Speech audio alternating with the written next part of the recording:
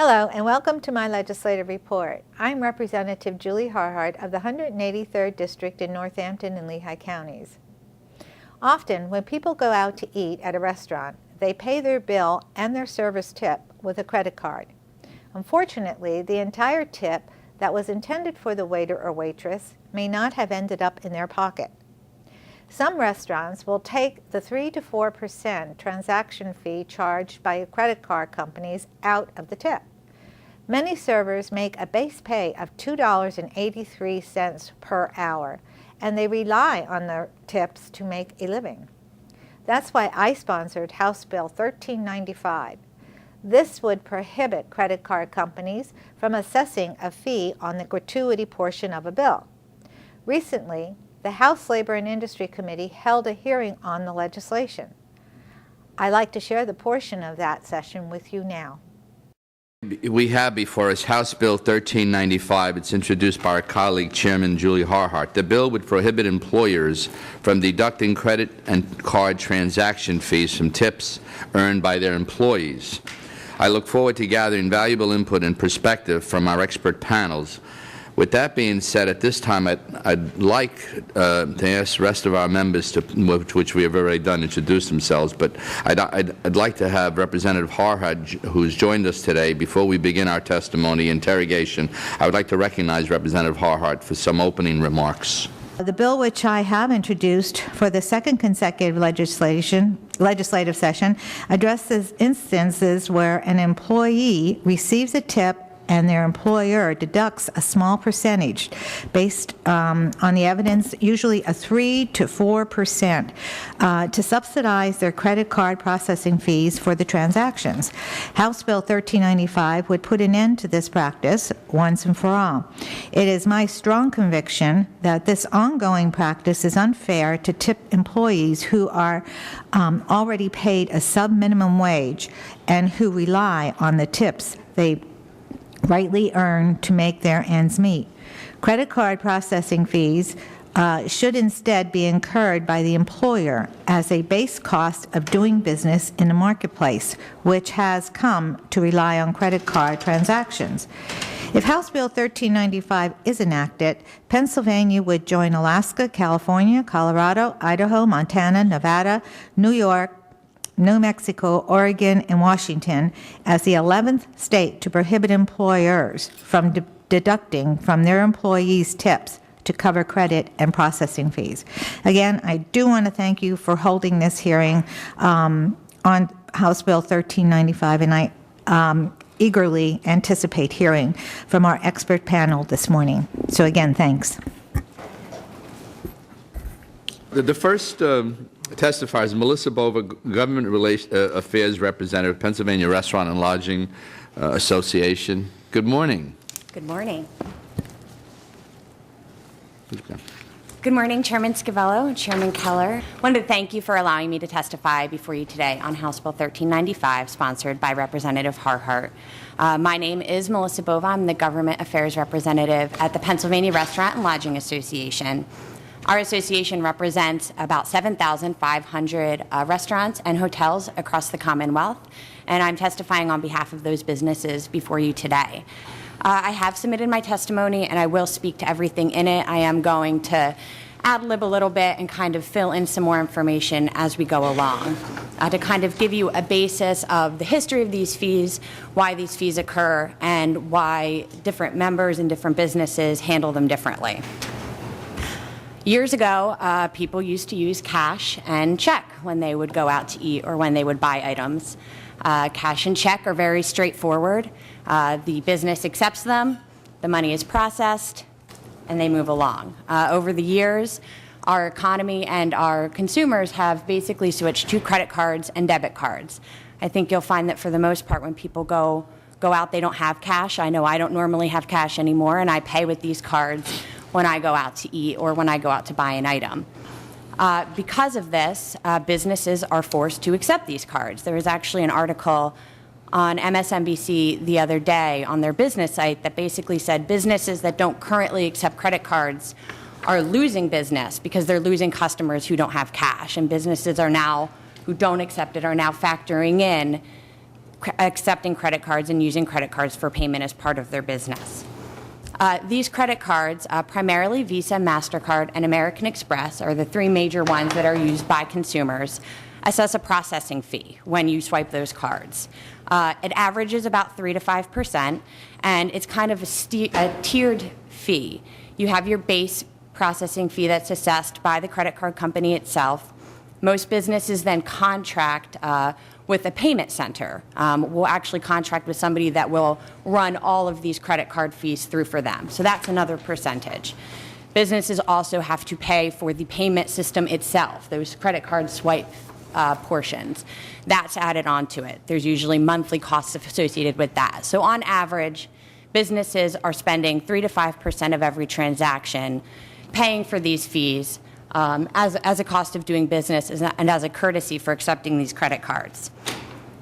Businesses don't choose these fees. I mean, small businesses would rather not have to pay anything for the use of these cards.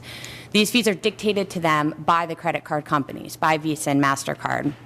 And I touch upon this in the testimony in front of you as well. There was actually a class action lawsuit that was done against Visa and MasterCard by these businesses, by these retailers, essentially saying, we have to pay whatever you tell us to because you have a monopoly. We have to accept your cards, we have to pay what you tell us, and we are losing money from our business because of it. And the judge found in favor of these businesses, and now Visa and MasterCard have to pay $7 billion for transaction fees from 2004 to 2011 because of these high fees that they're assessing on these small businesses. Small businesses have higher percentages than larger businesses. If you process less transactions, the fees are higher. It's done in mass, and that's how the fees are determined. To kind of get into how our members do it, and we do represent the service industry, we represent the restaurants and the hotels across the state. They have tipped workers. The United States Department of Labor provides regulations for tipped businesses and how they can handle tipped wages, what they can and cannot do. The United States Department of Labor makes it an option, it can be part of your business plan, it doesn't have to be, to assess these processing fees across the total transaction. So let's say it's 3%. You can assess it across the base portion and the tip portion, or you could choose to absorb the cost from the tip portion. It's up to the business. They can make that decision. For example, and I use it in my testimony, let's say you go out to eat and your bill is $25 and you leave a $5 tip. If a business chooses to assess it across, that business would make $24 minus those processing fees. That tipped server would make $4.85 as opposed to $5. It's a choice of the business. Some businesses do it, some businesses don't. Now, the businesses that do it, if they were to change their process, they're looking at thousands of dollars in extra processing fees that they don't currently have to account for in their business plan that they need to find the money for somewhere. I did go to one of our member businesses to kind of get more information about how this process works. He does assess the transaction fees across his business. For about a 5-hour shift, his servers make about $150 in tips. If every single customer paid with a credit card, and not everybody does, those servers would make $145.50 as opposed to $150 if you were to assess it and everybody paid with a credit card. So that's the minimum amount they would make for that $5 shift, or 5-hour shift. If he had to absorb that cost, it would amount to about $2,000 to $3,000 a year, and he has to find that money somewhere. Restaurants don't make a lot of money, 4% profit margin. So he would have to hire less workers, not give raises, find a way to find that money, and it's part of his business plan. He does it. His servers do very well, and he would have to find that extra thousands of dollars in extra processing fees somewhere in his business. So out of this, essentially, and we have talked to Representative Harhart about this as an option, these fees aren't a choice of the business. It's not the business saying, I'm going to hurt my employees. It's the credit card companies assessing it. So our association would support changing the bill to basically say that the credit card companies cannot assess these fees on tips. So they can assess this 3 to 5% on the base portion of the bill, but they can't assess these processing fees on the tips. And we feel that will address the concerns of Representative Harhart, as well as ensure that the small business owners aren't getting hit on their bottom line with having to absorb these costs into their business. And I do want to touch upon one more thing. Our members are small businesses. They're struggling. The economy hasn't been great for them the past year. As I said, profit margins are slim. You talk to any restaurateur, he's working 60, 70, 80 hours a week, and they care about their employees. It's a competitive business. When an employee is unhappy, they go somewhere else. They go to another restaurant, and restaurants take care of their employees. So for our members, I feel like they feel like they're getting hit on their bottom line. They feel like they're struggling to survive. And they really are giving back to the community. They're paying their taxes, and they care about their employees. So we feel like this amendment would address the concerns of Representative Harhart, while at the same time ensuring that our small businesses aren't being impacted. And that is my testimony. I'll be happy to take any questions. Thank you for your testimony. And I know we had this conversation, and I'm hoping that we can work something out with what we had discussed. Yes. That's why we're having this public hearing and everybody testify. And I understand what you're saying. The intent of this is not really to put any restaurant out of business or a burden on a business of any sorts. But yet, when you have a waiter or a waitress only making maybe minimum wage of $2.83, plus really, I guess, depending on those tips, and you say it's just like a small portion of it, but, you're being in their position, that could be a lot of money taken off of their paycheck to pay for, the assessment of those credits for those credit cards. So that's just a statement I wanted to make, because that's what really, I think, inspired me or wanted me to introduce this legislation. Besides the restaurant industry, what are some of the other businesses where this practice will be taking place? Do you have any idea? I mean, any business that accept tips, nail salons, hair salons. You'll see some of those places already request that you tip in cash, so those processing fees aren't assessed. You run into, we've talked about this before, when you're paying with a credit card, you tend to tip a little bit more than if you're tipping with cash. But any business that provides a service and relies on tips would be affected by this legislation. Do other states require employees to sign a waiver? Let's say to have their tips reduced or cover the credit card processing fees? And why would an employee sign a waiver? Is that a practice? I personally do not know. I can look into it. I don't know of any businesses that would require that. I mean, the Department of Labor has issued regulations to businesses and said that can be taken out. You can't take out any more. A business can't take out more than that 3%. They can't. Tips are tips. There are limited areas where these things can be done, and that's probably the only area where it can be done. I don't know of a waiver. We can look into it. Interesting. Thank you. Thank you, Representative Scavone. Thank you, Chairman Harhart. Melissa, you mentioned credit cards that go after the credit card companies not to charge. Are other states doing that? Do you know? Have you researched the other states? We are researching it now. This is something that we had actually discussed a few years ago with Representative Harhart as well. We can look into it. The credit card companies obviously don't like that idea. Well, of course not. But I'd like to see if there was other states that did do that, because personally, I don't want to. If we can save the business person, I'd rather go that route. So if you could research and let us know, I'd appreciate that. I got to tell you, since Representative Chairman Harhart brought this up, I have been paying the cash for the tip, so not to have the employee penalized. And I'm not sure how many businesses do. You don't have that also, do you? To be honest, not a lot. There's not a lot that do that. Most of my members make it part of their business plan to absorb the cost. To absorb it. Yes. If we could find that out also, I'd love to know how many, it would affect. Representative Grove. Is there anything that would require a business to allow an individual to actually tip using credit card? I mean, or most of the restaurants I go to, there's like a little tip line where you add it in.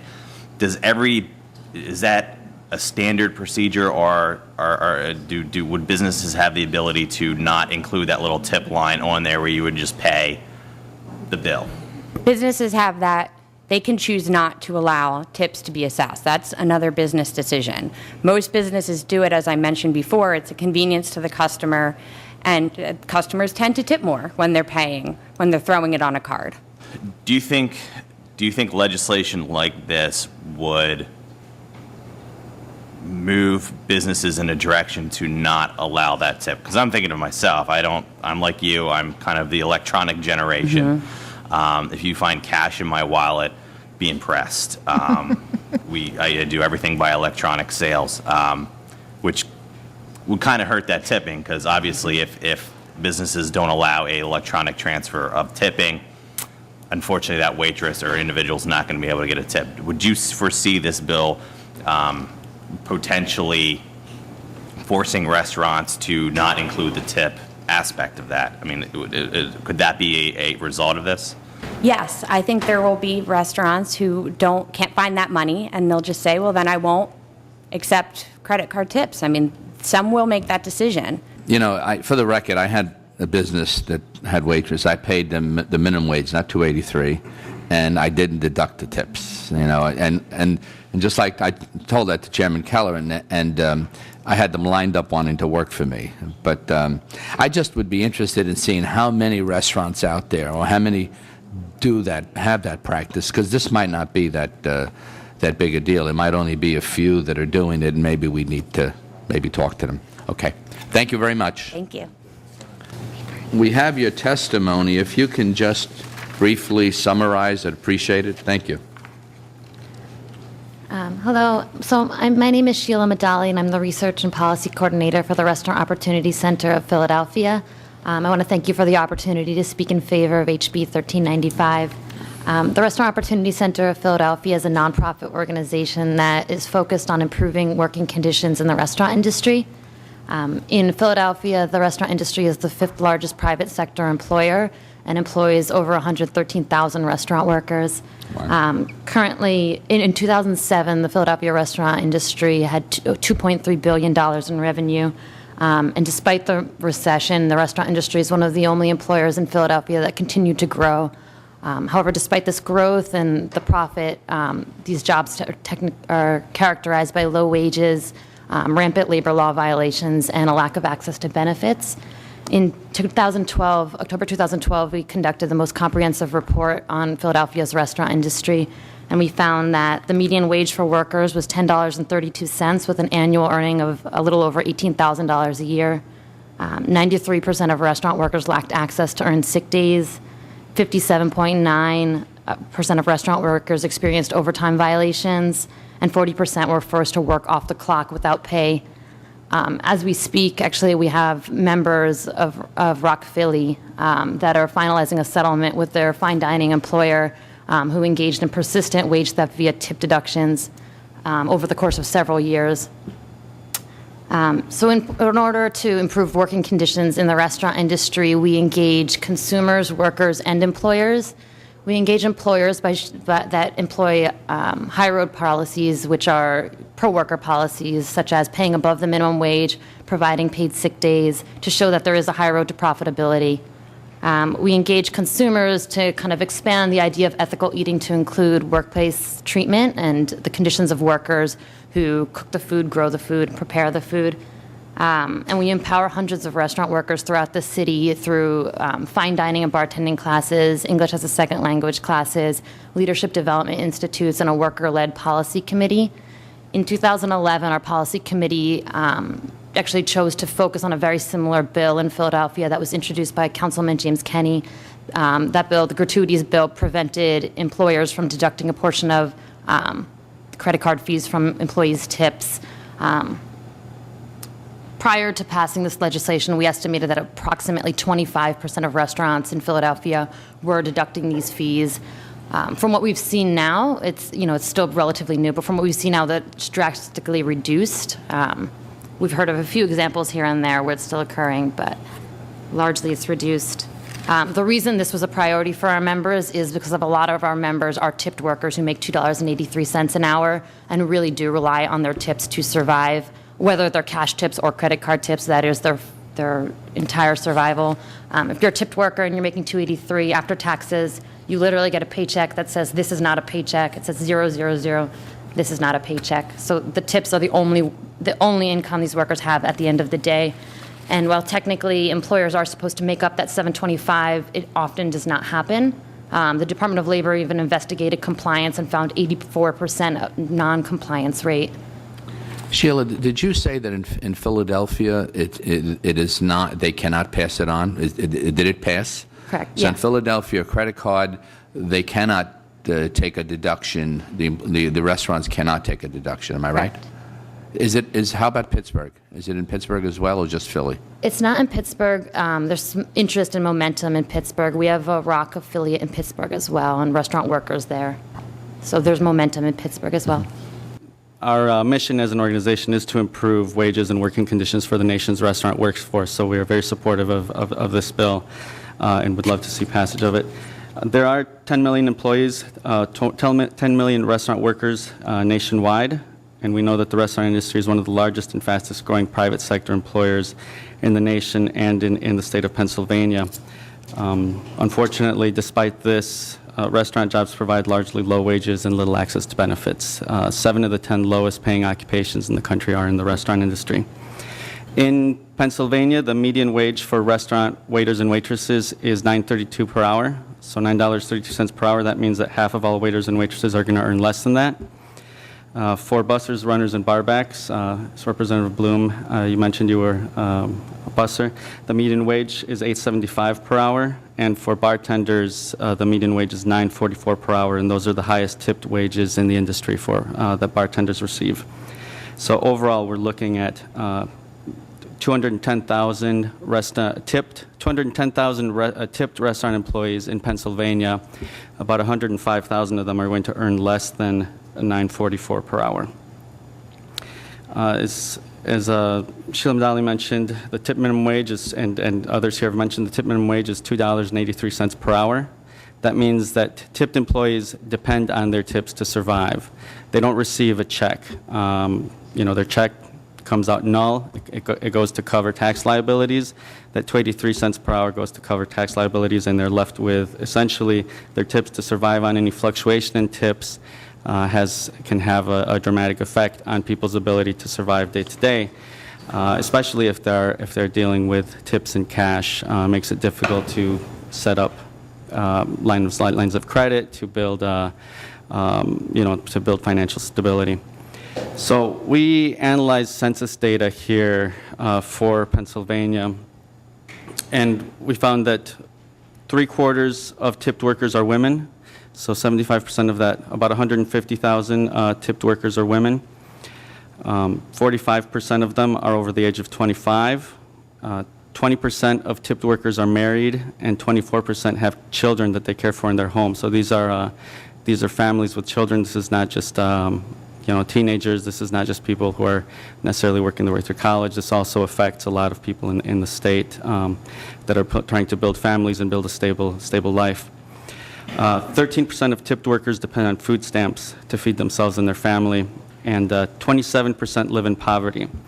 So the people who bring you your food to your table do not earn enough to put food on their own tables necessarily. So this is something to keep in mind as well. When we've talked to people around the country, they're outraged to hear that a portion of their tips gets deducted from the credit card bill. Simply, when people leave a tip, they expect that tip to go to the tipped employee. They don't expect a portion of that to go to cover business costs of the employer. That's pretty much universally true. People, when they leave a tip, they expect that tip to go to the tipped workers. The workers, they're not business partners. They don't earn a fixed percent of profits. So they should not be expected to pay a fixed percent of business costs, essentially. We think HB 1395 is a great first step. We would also like you to consider additional steps to benefit tipped employees. There are 25 states that have a tipped minimum wage higher than that of Pennsylvania. And among the 10 states that do not allow gratuity protection, 6 of those actually do not have a tipped minimum wage at all.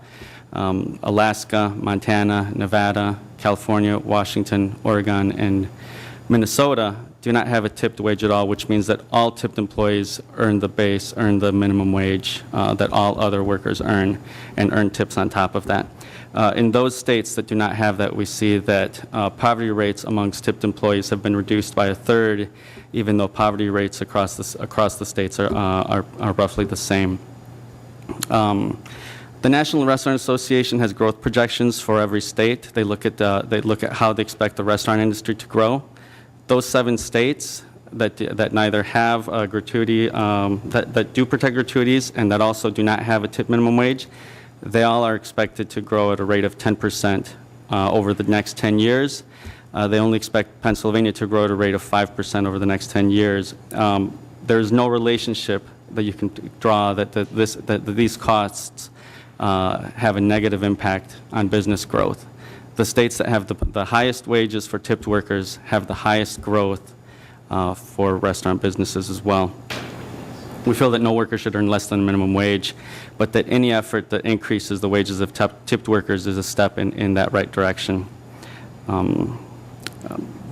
Finally, I'd just like to mention, we surveyed 500 restaurant workers in Philadelphia, and we found that 9 out of 10 of them do not have access to paid sick days, so they must work when they're ill.